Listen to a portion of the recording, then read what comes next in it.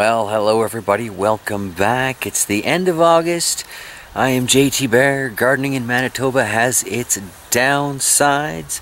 We are standing by the Virginia creeper, the one remaining Virginia creeper. Well, actually I guess two, because there's still one in the house, but it's not going to be there for long. Anyway, we're standing by the Virginia creeper out front in the area known as Shox's Fairy Garden. Hummingbird feeder that has become quite active. But you may notice there are some red leaves starting to form in this particular bush. And around here that means that fall is definitely started. So let's face facts then. I am not going to get away with in-ground gardening for much longer. Which is a shame, because over the course of this year, you know, I've learned a few things. I've grown some interesting things. Look at that shard, eh? It's a monster. Like, the stem on that thing is huge. Little palm tree. It's been a great year this year. Learned a lot. Not ready to be done learning, but it doesn't seem like I have a lot of choice in that. Look how red that's getting, eh? Beautiful. It's definitely one of the ones on its way in. And of course we hope for the best, right? As always, but yeah, I'm not ready for the season to be wrapping itself up. I'm still spoiled by growing up on the West Coast and then moving up to the valley there, the British Columbia interior. Yeah, really nice growing season. And moving out to Manitoba, you know, I knew kind of what I was moving into. But at the same time, this is the part where I pout my lip and stomp my foot and just a couple extra months, Mama Nature, just a couple more months. But at the end of the day, it really doesn't matter how much we pout our lip, or we give our best pathetic face, or we stomp our foot. Mother Nature is going to do what she's going to do. So now I have to begin what is one of the most painful parts of the garden season for me, and that's the less than natural selection. Who am I going to let die? Who am I going to try and save? You know, obviously, the El Oro de Ecuador I'm going to try and save. Yahia Huchapan, it's going to try and come in. We'll see. Calabaza, not even going to worry about it. Obviously, these two, you know, are coming in. Look at this sand dollar. I mean, I was going to let it finish off this year and then go to that great compost pile in the sky. But it just, it looks like it wants to live, and why not try and keep it around another year? If it doesn't make it through the overwintering process, fine. But at least I tried. I did my best, you know? The yellow scorpion here, this thing is ridiculous. And yet, look at that. Green growth down at the bottom. Pull a few of these weeds out, prove they're not weeds. You know, got some discoloration here. But I've got little itty bitty flowers, you know. So that's last year's, that's from the year before. That Ahuchapan is this year, the El Oro was last year's. It may be that I get just a hint too sentimental about my pepper plants and gardening in general, but the truth of the matter is I put a lot of love into these plants to get them to this point, you know. Some of these things are almost a year old that are in the ground. Like right now I'm still in the front yard. Ominous Virginia creeper in the background, and I'm looking at the matchbox, which I'd like to bring in. I'm looking at the paper lantern, which I'd like to bring in. I'm looking at the red demon. And yeah, wouldn't you know it, I'd like to bring it in too. But how much space do I have? How well will these things do?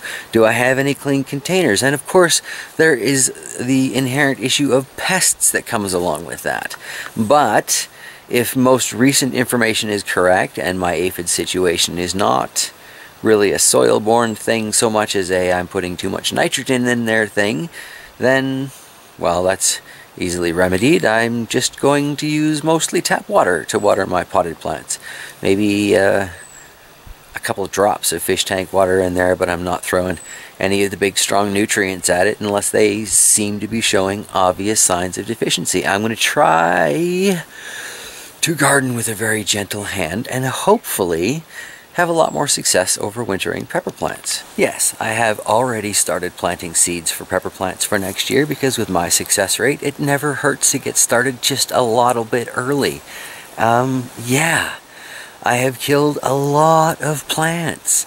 If I actually have some decent sort of success and don't kill them all off with aphids or love them to death or drown them, all of these things I have done, then I won't need to keep planting as the season goes on. When the basement becomes a jungle, I'll bring a few upstairs and, you know, I'll call it quits until it's time to start planting maters and stuff. But that's a completely different type of plant. It's the peppers that are most likely to turn this place into a jungle if I can finally deal with my pest war situation. So yeah, I'm hoping I'm hoping that I've just over fertilized things and that bringing these plants in isn't going to continue to make my situation worse. And yes, I can already hear the keyboards going. I love the concern that I'm sure is going to come up in the comments, but again, with my success rate with seedlings, I am bringing in as many of these plants as I can find space and containers for, because at least they're alive now, you know? Like we've got this one here. I have no idea what this plant really is. It was labeled as a super chili. It's only just now putting flowers on there, but it's green, it's happy, it's showing very little concern about the dropping temperatures. So I'm going to bring that in and see what it does, because it seems to be a little more, well, cold tolerant. Check out its shade of green compared to everything else in the patch. And a lot of this discoloration does seem to be from nighttime temperatures. Everything's getting the same amount of rain, you know what I mean? But here we have this dark green little beast. So whatever it is, for better or worse, I'm going to try and bring this in. And of course hope for the best, but you know, either way, I'm bringing it in. We've got a few other oddities out here that I would very much like to bring in.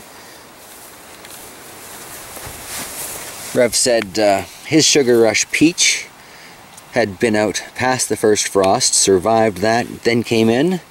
So I'm hoping this lovely little specimen will do the same. Is it ripe yet? Is it ripe yet? Is it ripe yet? Is it ripe yet? I know it's not. Or at least I know you're going to tell me it's not. Plant hasn't frozen. Pod's still good. I'm just going to leave it to sit. Oh, this patience thing is killing me. So this plant down here that I kept saying was an M.A. Wartrix turns out is in fact a Scotch bonnet. I pulled down some of the grasses and I'm like, oh, jeepers, that's totally not what I thought that was. But anyway, I mean, this thing, again, historically, these plants have been trouble for me. I'll be bringing it in because, yeah, it's finally doing something and I don't have to try and sprout another seed. But another idea that's coming in with this plant is the charcoal topping. I'm going to have, well, a decent pile of ash once I finish cleaning up the brush pile with the chipper for, you know, basically chicken coop litter. And, you know, I'm going to have some campfires and such. But anyway, I'll have this ash and charcoal pile. And I'm going to grab, I think, a fair bit of it and try putting a layer on top of the soil in some of my container planters, or some of my planted peppers, right? Because a lot of folks suggested if I had a layer of sand or something, any aphids or bugs trying to crawl up through the soil would be scraped off and they'd have issues getting through the sand. So I don't know, for some reason I like the idea of charcoal better. We'll see if it works. And as I said in the previous video, this thing has really perked up since I put charcoal around it, so why not see if that works inside too. See, this lemon hod is another one. It'd be really nice to try and bring this in, see if it could survive, keep it going. Second year peppers seem to be nicely productive compared to their first year counterparts, right? So there are a few of these, I mean, like the Sugar Rush Peach here, that I would like to see as a more productive pepper. There are a few of these, like the Sugar Rush Red here, that I would like to see get productive earlier in the season so that the pods have more time hanging on the plant to ripen up properly. Okay, now the rocks at the base thing, I kind of liked how that worked out, They were sucking up, you know, natural solar energy, warming up over the course of the day, slowly releasing that heat over the course of the evening, keeping the plant a little bit warmer. I think for the most part that worked. Bit of a pain in the butt to mow around, and I may have dinged the blade a few times, accidentally going over rocks that had gotten moved out, but for the most part I think it worked. So somewhere between the rocks and the charcoal and the lawn clippings, I'm a huge fan of mulching in general. It just depends on what you want to achieve.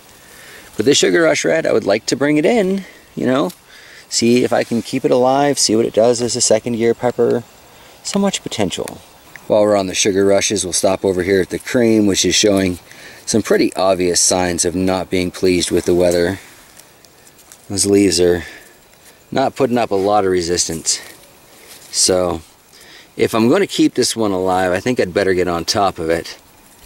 So even though it's still August, it looks like I'm going to be trying to transplant things down into the dungeon. That feels way too soon, in my opinion. I can't wait till I'm gardening in a greenhouse. Oh, good Lord. All things in time. All things in time. Something about faith, patience, perseverance, blah, blah, blah.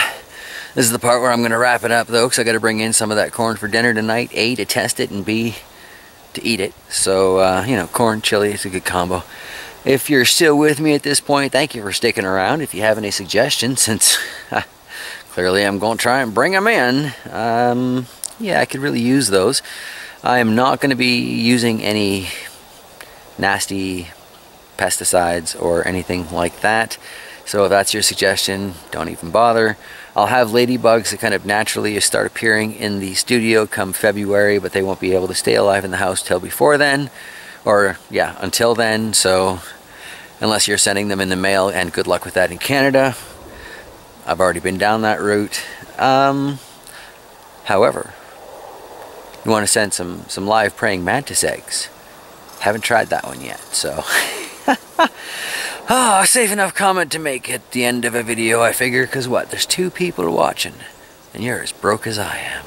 Alright, well, thank you guys very much for watching, and I will see you tomorrow. I gotta find myself something that looks like a decent cob of corn. Take care.